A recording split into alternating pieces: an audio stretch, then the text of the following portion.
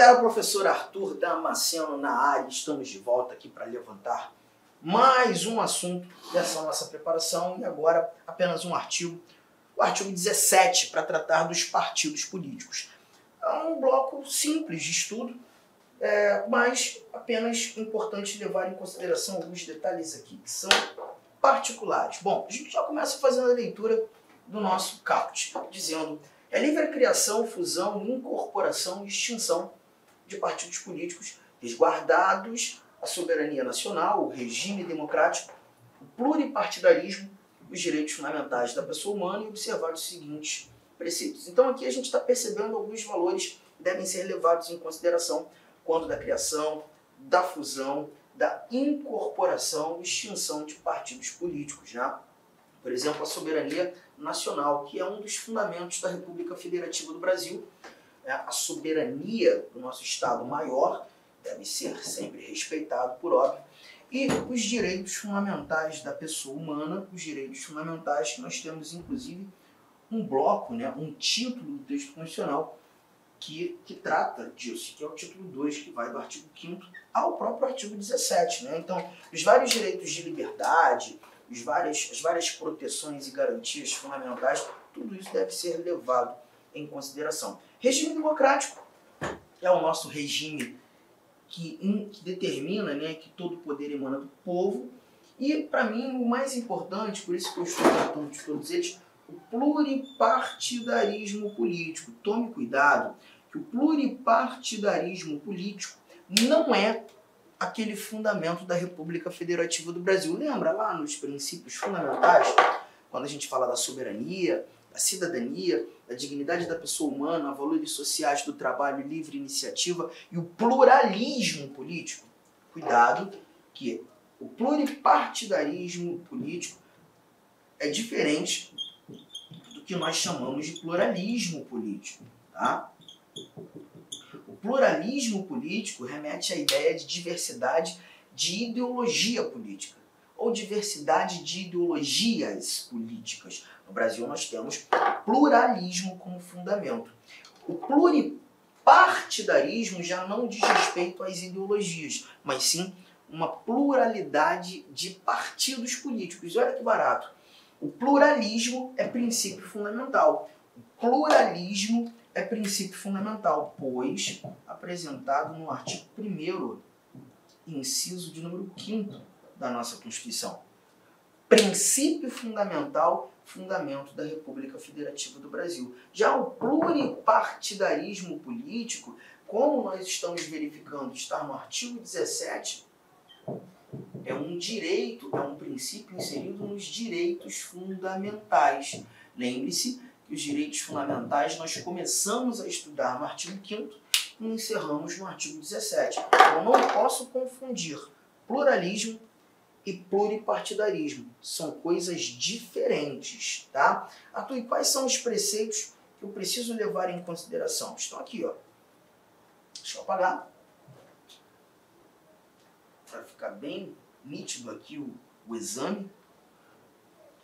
Os preceitos, caráter nacional. Não há a possibilidade de um partido ter caráter regional ou local. Esse partido vai ser criado para funcionar apenas no estado do Mato Grosso, para ter buscar cargos eletivos e ter funcionalidade apenas no município de Cuiabá. Não. O caráter tem que ser nacional. 2. Proibição de recebimento de recursos financeiros de entidades ou governos estrangeiros ou de subordinação a estes, o que ofenderia claramente a soberania nacional, né? Não há possibilidade. Prestação de contas à justiça eleitoral. Lembre-se que os partidos políticos, eles muitas vezes se utilizam muito do fundo eleitoral, dinheiro público. Então é muito importante que essa prestação de contas aconteça. Funcionamento parlamentar de acordo com a lei. O funcionamento parlamentar é a ideia do parlamentar ter a oportunidade de falar, de expor as suas ideias. Até porque se ele é um parlamentar, é porque ele atendeu a uma representatividade. Ainda que seja uma representatividade pequena, aquele partido político não teve tantas cadeiras, apenas 2, 3, 4 deputados, por exemplo, estou falando de deputado, esse indivíduo tem direito de fala.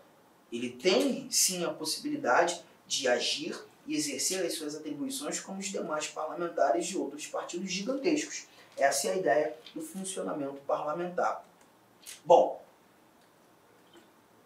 o parágrafo 1º é enorme, ele traz para a gente: é assegurada aos partidos políticos a autonomia para definir sua estrutura interna, por óbvio, estabelecer as regras sobre escolha, formação, duração de seus órgãos permanentes e provisórios e sobre sua organização e funcionamento para adotar os critérios de escolha e os regimes de suas coligações nas eleições majoritárias. Peraí, toda a parte inicial fala da autonomia que os partidos políticos têm, né? A capacidade de eles se auto-organizarem internamente, próprio, respeitando aqueles preceitos e os valores que nós apresentamos lá no caput do artigo de número 17 e em seus incisos. E aqui, o partido político ele vai ter a oportunidade de escolher as suas coligações nas eleições majoritárias. Mas olha que barato essa parte que vem aqui. Vedada a celebração de coligações, vedada a celebração de coligações nas eleições proporcionais. E quando nós falamos de eleições proporcionais, nós estamos verificando eleições proporcionais. Eleições proporcionais. Nós estamos falando da escolha de deputados federais, estaduais, distritais e a escolha de vereadores, tá? Por quê? Porque quando você elege um deputado, um vereador, você pelo menos digitará 4 vezes, podendo ter que digitar 5 vezes. Né? E esses 2 primeiros dígitos são dígitos dos partidos. Na realidade, a cadeira conquistada pelo parlamentar não é dele, é do partido dele. E ele, como foi bem colocado na lista de candidatos, ele vai ter a oportunidade de sentar em uma dessas cadeiras. Por exemplo, vamos imaginar que no quantitativo de votos que o partido teve, o partido obteve 10 cadeiras. 10 cadeiras. Mas esse partido apresentou 20 candidatos. Então apenas os 10 primeiros colocados desse partido estarão lá. Entendeu? Mas aí, o que acontecia antigamente é que o partido X se juntava com o partido Y, se juntava com o partido Z, se juntava com o partido K, que também se juntava com o partido W, e eram partidos pequenos, mas como fizeram essa coligação para cargos proporcionais, se tornaram, na realidade, um partido grande, uma coligação enorme. Porque a coligação ela vai funcionar como se fosse um partido. E aí, na realidade, eu vou ter que somar os candidatos do X, do Y, do Z, do K, do W, e somando todos eles dariam 20 candidatos. E essa coligação gigantesca conquistou também 10 cadeiras. Lembra que eu comentei que o partido B teve 20 candidatos e conquistou 10 cadeiras. Mas essa coligação também, juntando todo mundo, 20 candidatos, conquistando 10 cadeiras, se assemelhou. E isso não pode mais. Não pode mais, tá? Porque há necessidade de se respeitar a ideologia do partido. E muitas vezes o que vimos eram partidos diversos, com ideologias distintas, se juntando só para conquistar cadeira pra caramba. E isso vinha de encontro àquele campo da representatividade. Então, ó, coligações proporcionais não existe mais. Coligação majoritária você vai ter. Arthur, e como é uma coligação para cargos majoritários? Uma eleição majoritária, gente, você não leva em consideração o partido. Quando você fala de cargos que são eleitos pelo sistema majoritário, você está falando de chefes do Poder Executivo e você também está tratando de senadores federais.